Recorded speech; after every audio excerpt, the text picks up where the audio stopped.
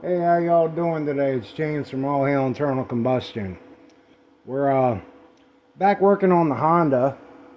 James Jr. got it running and figured out a bunch of wiring nightmares and bad grounds and everything else. And now what we need to do is put an exhaust on it because the old exhaust we pulled off of it, the muffler was basically exploded and clogged and it was a freaking mess.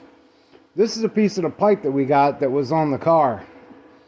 And as you can see, it's that old double wall pipe that we hate so damn much.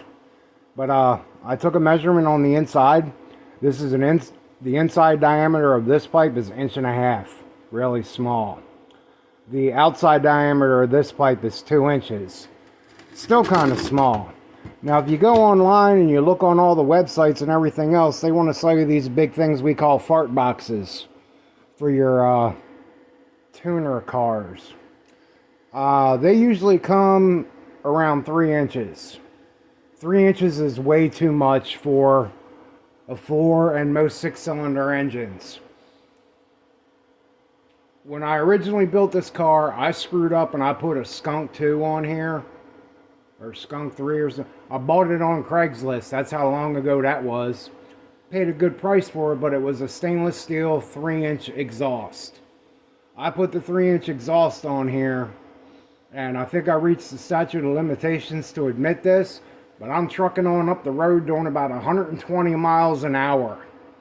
And all of a sudden, I feel a cylinder drop.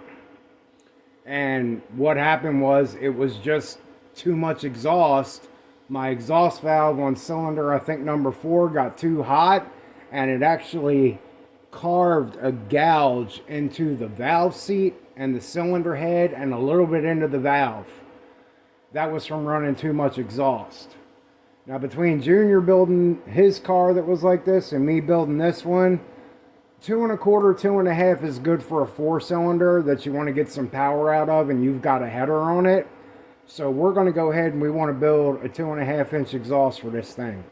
We're going to do it really crazy and old school because I'm not paying all that money for these kits they got out there now. It's just like, it's going ridiculous.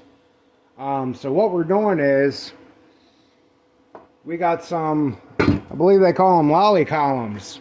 You put them in your house and you use them to jack your main beams up so your house don't fall over. We got a bunch of sections from a job that we did. And I'm going to actually use these to make the exhaust system. And the technique that I'm using on them, basically we used to call this lobster tailing exhaust pipe. I used to do it on motorcycles like a lot. I've done it on a few cars. But what you do is you go to a bandsaw, or if you're really good with a sawzall, and you cut these segments.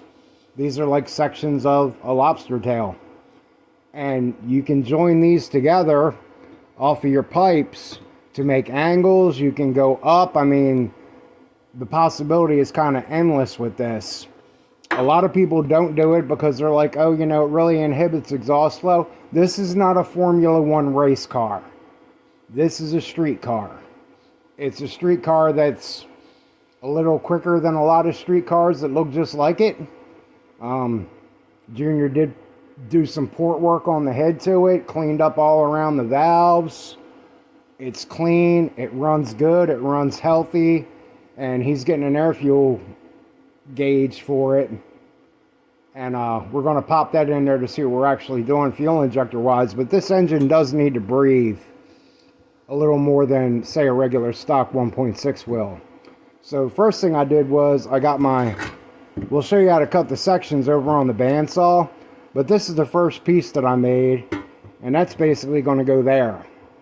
And y'all know, even with machines and stuff, it's hard to get that tight of a bend into a piece of pipe unless you have a specific kind of bender, and I don't know what that one's called. Like, most of these pipes are mandrel bent, so they got wrinkles in them, which makes your diameter even smaller in your turns. This way, I'm making a tight turn, segment it, it'll bounce the exhaust around a little bit on the inside, but it'll still get it where it needs to go. And all these here have been deburred before I welded them together. And I cleaned up the outside so the weld would stick. But that's the first piece that we're going to make now. He's going to get me a straight piece to go to here. Then we're going to put another one of these segments in here to kick it over. Probably 2 more will take us back out straight. But first, I'll show you how he's cutting these things on the saw. Alright, so I'm set up over here at the bandsaw. And we marked this piece of pipe out with 2 straight lines. You see this one's labeled up. We know this one's down, but they're pretty much directly across from each other. And got that figured out. So what we're doing here is we're just cutting little lobster tails. Pops was calling them.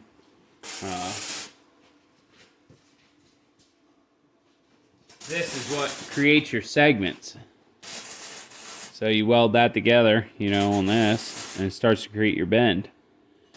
So I'm just flipping back and forth here. Kind of show you what we got going on. Set that in there. Set so the line's mostly up. And we weren't super critical on size, but I've been using my finger as measurement. This little line here, my finger, goes to the blade, following the line on the top. Just cutting the same way every single time, being really consistent with that. You could get a roller out if you really wanted to, but...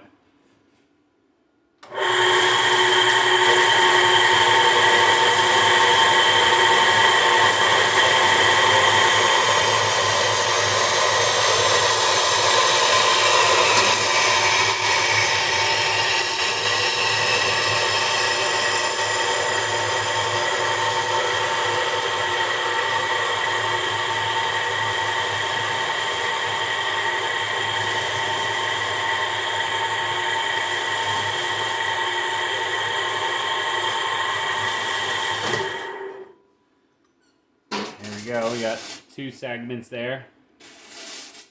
Nice, right?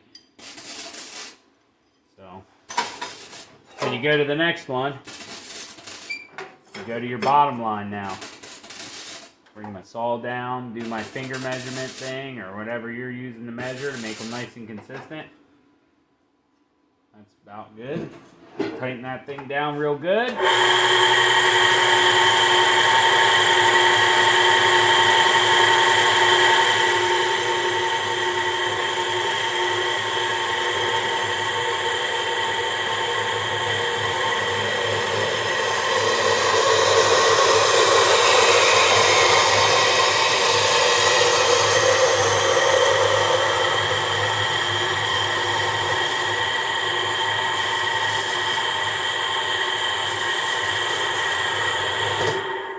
Using the pliers to pull the 2 pieces away so that the blade doesn't bind. Kind of keeps me moving a little bit faster than just, you know, not twisting our blade up or popping it off a track, so. Not breaking my blades. Yeah, we don't want to break blades either. They last for a long time and to break them's kind of stupid, so. I've had that one longer than I've had my grandson. Yeah. It's most of the tools in the shop, Pops. Alright, let's get you set up on the other side. Okay, so this is what I got so far. We just start with our straight pipe that comes from underneath of the car. That hooks into the exhaust that's already there. And we got 3 lobster tails put in here. Got a section of straight pipe. Got another lobster tail. A section of straight pipe that's got like an angle cut on the end of it. Another lobster tail there. Then we're going to go to a straight pipe. And he's got marks on all this stuff so he knows what direction it's basically going to go.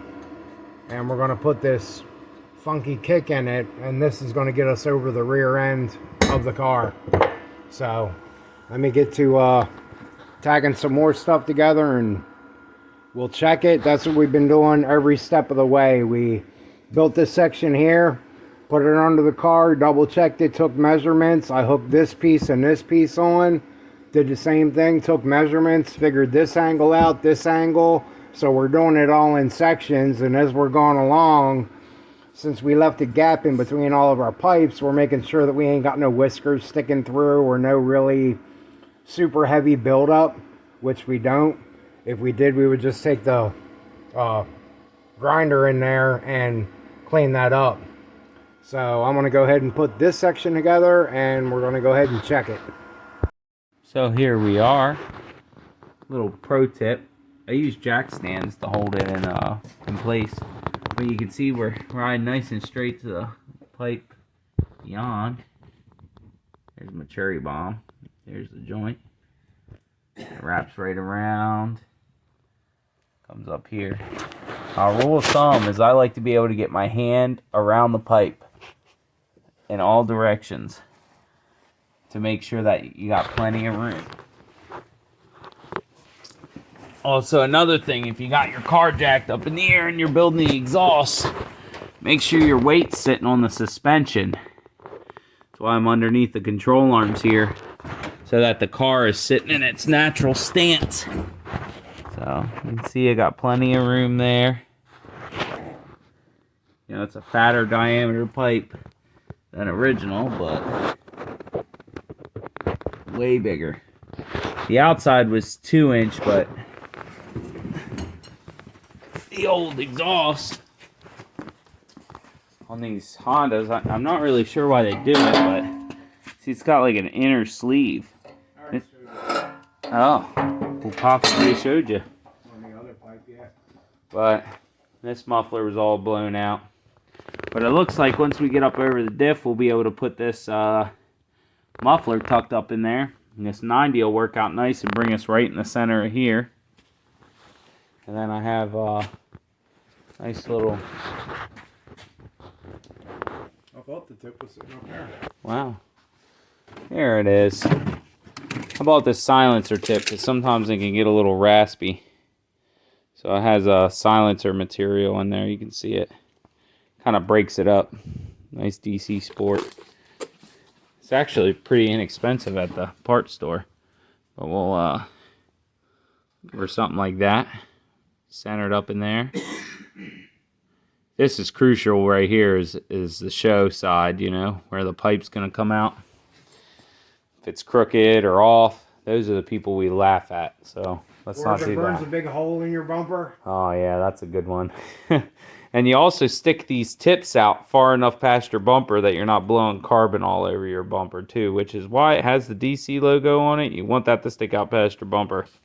Keep it from getting dirty. Anyway, we'll get cracking doing some more. Okay, so we're still working on the exhaust on the old Civic here, and we figured we would let you guys hear what it sounds like. Right now, this exhaust dumps out of the header into a piece of straight pipe. Then it goes into a cherry bomb, and then there's another little short piece of straight pipe. So this is basically cherry bomb with no exhaust after it.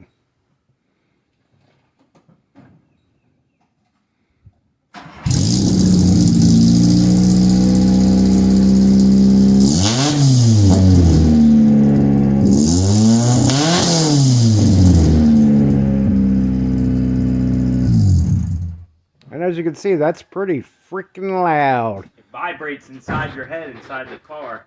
But it, the cherry bomb did take some of the high frequency out of it, so it's more bassy. And once we add this other muffler to it, it's going to make it even more so. So I'm going to get over there and start welding this pipe all together so we can get that hooked under the car permanently.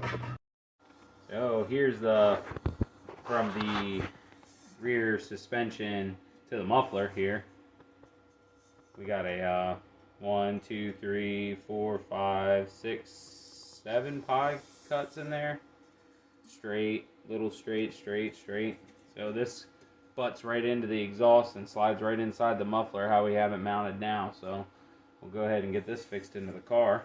But basically welded it together real good, and then clean the metal up on the outside, the welds, and just smooth it out. This is going to poke out from the bottom of the car, so I took my time, made it look really good, and I'll spray it with some whatever high heat paint we have and hope for the best.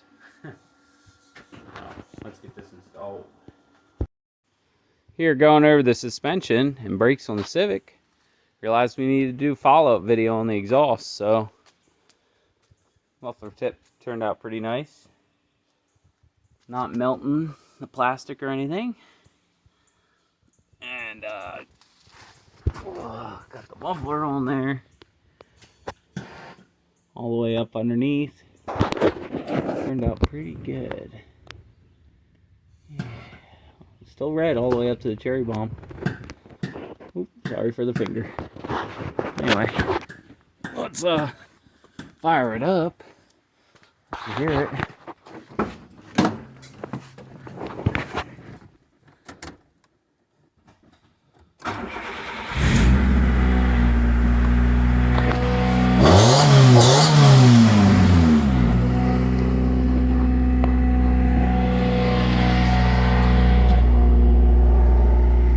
Pretty bassy back here, actually. Okay, rev it up.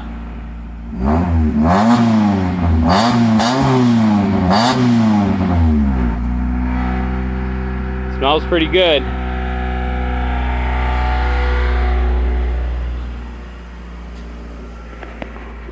Once it warms up, the air-fuel ratio gauge runs at about 14.5. It's running pretty rich right now. Normal in startup, but so far so good. Started cleaning the inside and getting this thing roadworthy again, so stay tuned. More stuff to come. I think we're gonna have to switch out the oil pump, you know. Stay tuned. Motor's still looking pretty good and dry. Found my brand new header after we already installed.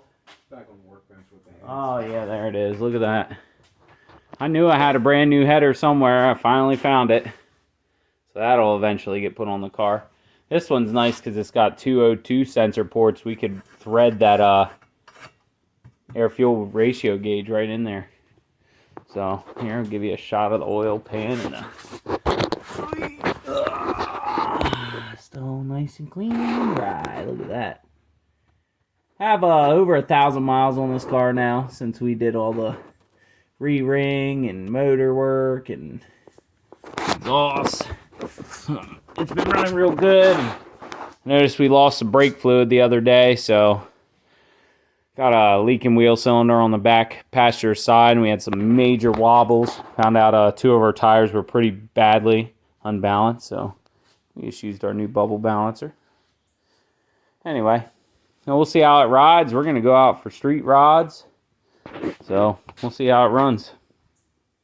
It's James from All Hail Internal Combustion. See you next time.